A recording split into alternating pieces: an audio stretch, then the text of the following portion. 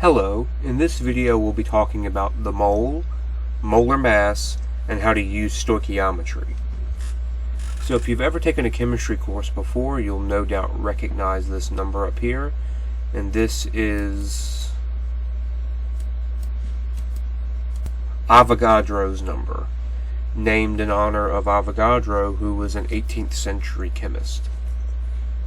So Avogadro's number, 6.022 times 10 to the 23rd, represents 1 mole of something. So 1 mole of something is this number of that something. So think of mole as like the word dozen. You'll know that dozen means 12. So if you have a dozen eggs, that means you have 12 eggs. Well, if you had a mole of eggs, that means you would have 6.022 times 10 to the 23rd of eggs. It's just a quantified word that means a specific amount of something. In this case, Avogadro's number of something. Now, Avogadro's number will need to be memorized. You'll need to know this number when you go to use it on quizzes, tests, wherever you need to use it. And it is used quite frequently in general chemistry. So I would definitely commit this number to heart. Now, the mystery, sort of the magic behind Avogadro's number is how it's used in chemistry. And one of the key ways it's used in chemistry is to quantify how many atoms exist in 1 mole of something. So 1 mole of a particular element has 6.022 times 10 to the 23rd atoms. And the cool thing is how this links to a concept called molar mass. So if you remember from the periodic table, here we have an isolated symbol for hydrogen.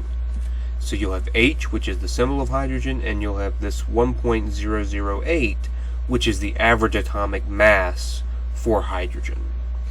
The cool thing is that we can link this average atomic mass to Avogadro's number in the following way. So if we were to take Avogadro's number and apply it to this atomic mass here, you'll find that Avogadro's number of hydrogen atoms, so 1 mole of hydrogen atoms, is equal to 1.008 grams. So this number here represents the weight in grams of 1 mole of that element. And that's true for every element. So for every element, this number here also equals the weight in grams, or the mass in grams, of 1 mole of those atoms. So if you need to know the the molar mass of a particular element, you'll look at this number here underneath the element symbol.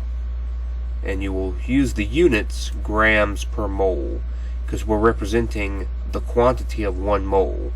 So 1.008 grams of hydrogen is the weight or the mass taken of 1 mole of hydrogen atoms.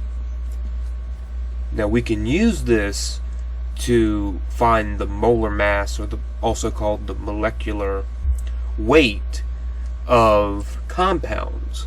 So compounds are just combinations of different elements bonded together in some form, and we can use the individual molar masses of the elements involved in a compound. We can add them up to find the molecular weight, or we can also say the molar mass of that compound. So let's take an example. So let's take, that's down there.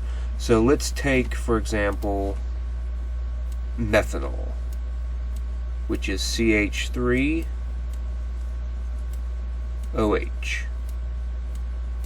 So methanol has 1 carbon, 4 hydrogens in total, 3 here, 1 here, and 1 oxygen.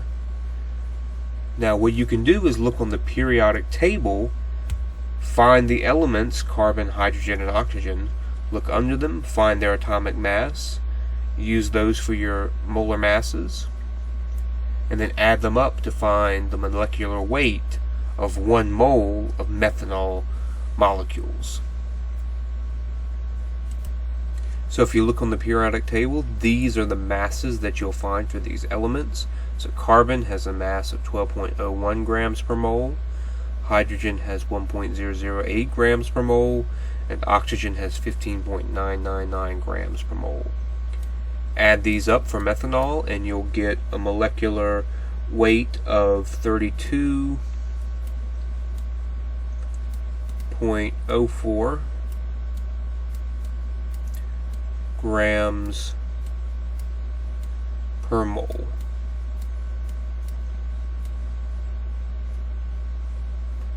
So that is how you can find the weight or the mass of compounds using individual elements and adding them up. And I will say this, you'll be doing this quite a lot in chemistry. Finding the molar mass of a compound is something you'll be doing a lot. So get used to it because you'll be doing it almost all the time when you go to do stoichiometry. So let's take a sample question and sort of go into the idea of stoichiometry. So what is stoichiometry? So stoichiometry is essentially using molar ratios to do some type of math. That's sort of the easiest way I can describe stoichiometry. It's much easier to use, far less easy to describe. But essentially you'll just be using molar ratios a lot, comparing moles of one thing to moles of another thing. And this is very useful in chemistry, and you'll be doing it all the time in general chemistry. So let's take a sample question and sort of illustrate what stoichiometry looks like on the page. So our question is, how many atoms of oxygen are present in 3 grams of glucose? So let's say you have 3 grams of pure glucose, which is represented here by the formula C6H12O6. This is the chemical formula for a 6-carbon sugar, which we'll call glucose in this case. So this is sort of a good segue into using stoichiometry. And we'll be applying the molar mass stuff we learned above along with the Avogadro stuff we learned above as well. So stoichiometry is a combination of all these things we've talked about in this video. So remember in a previous video where we did dimensional analysis, I always told you start with what you know. And what we know is this. So we have 3 grams of glucose. That's where we'll start. So I've started here with 3 grams of glucose, which I've abbreviated as GLU. So remember what I said, always when you're presented with this fraction, so we're in the process of stoichiometry now, and it's very, very similar to dimensional analysis, where we will be using a series of fractions to get to our final answer. And so remember what I said, always put on top of the fraction what you want to get to. So in this case, we're going to have to get to moles. So we want to go from grams to moles. If our final answer is in atoms, and we start with grams, we need to use moles as our middlemen to get to atoms.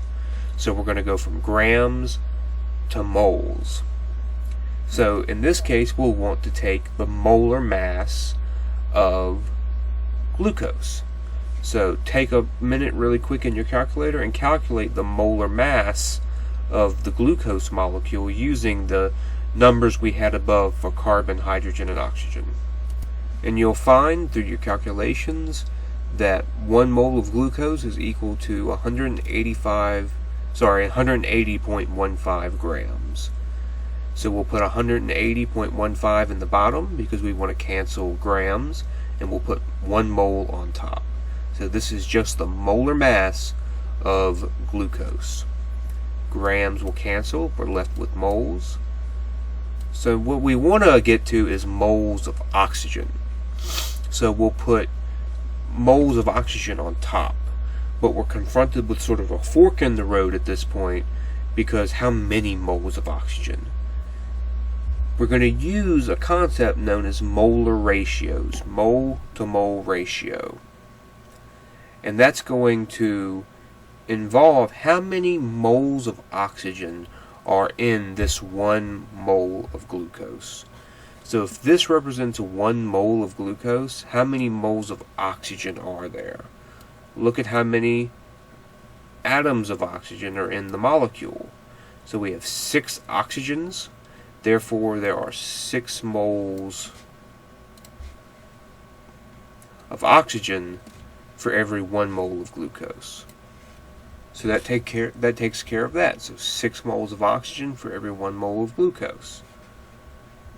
So now we have one last step in our stoichiometry, because we want our final answer as atoms of oxygen.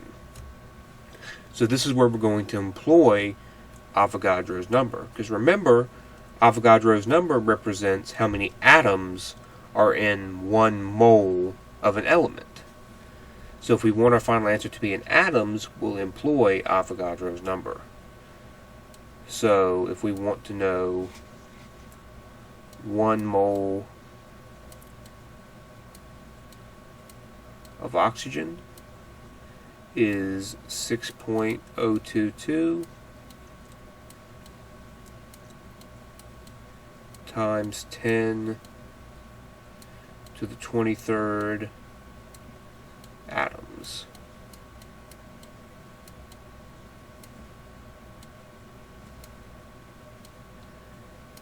And that will give us your final answer in atoms, because moles cancel and we're left with atoms.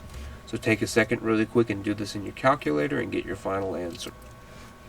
And you should get an answer of 6.02 times 10 to the 22nd atoms.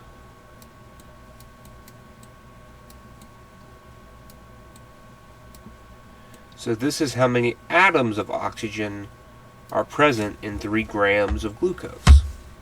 So to recap stoichiometry, in case any of that was confusing, you start with what you know, you convert into grams of what you know, you convert into moles of what you know, So you start with grams, convert into moles, use a mole-to-mole ratio to get to our desired element, which is oxygen.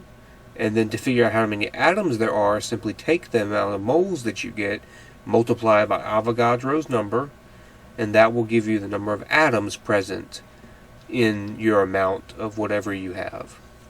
So stoichiometry doesn't follow this process exactly every time. There's ways to switch it up. But hopefully this gives you a generic overview of what stoichiometry looks like and how you can implement it. Also, definitely practice calculating molar mass and practice stoichiometry, because it comes up time and time again. In the next video, we'll talk about chemical reactions, and specifically talking about the double replacement, and we'll talk about how to find limiting and excess reagents.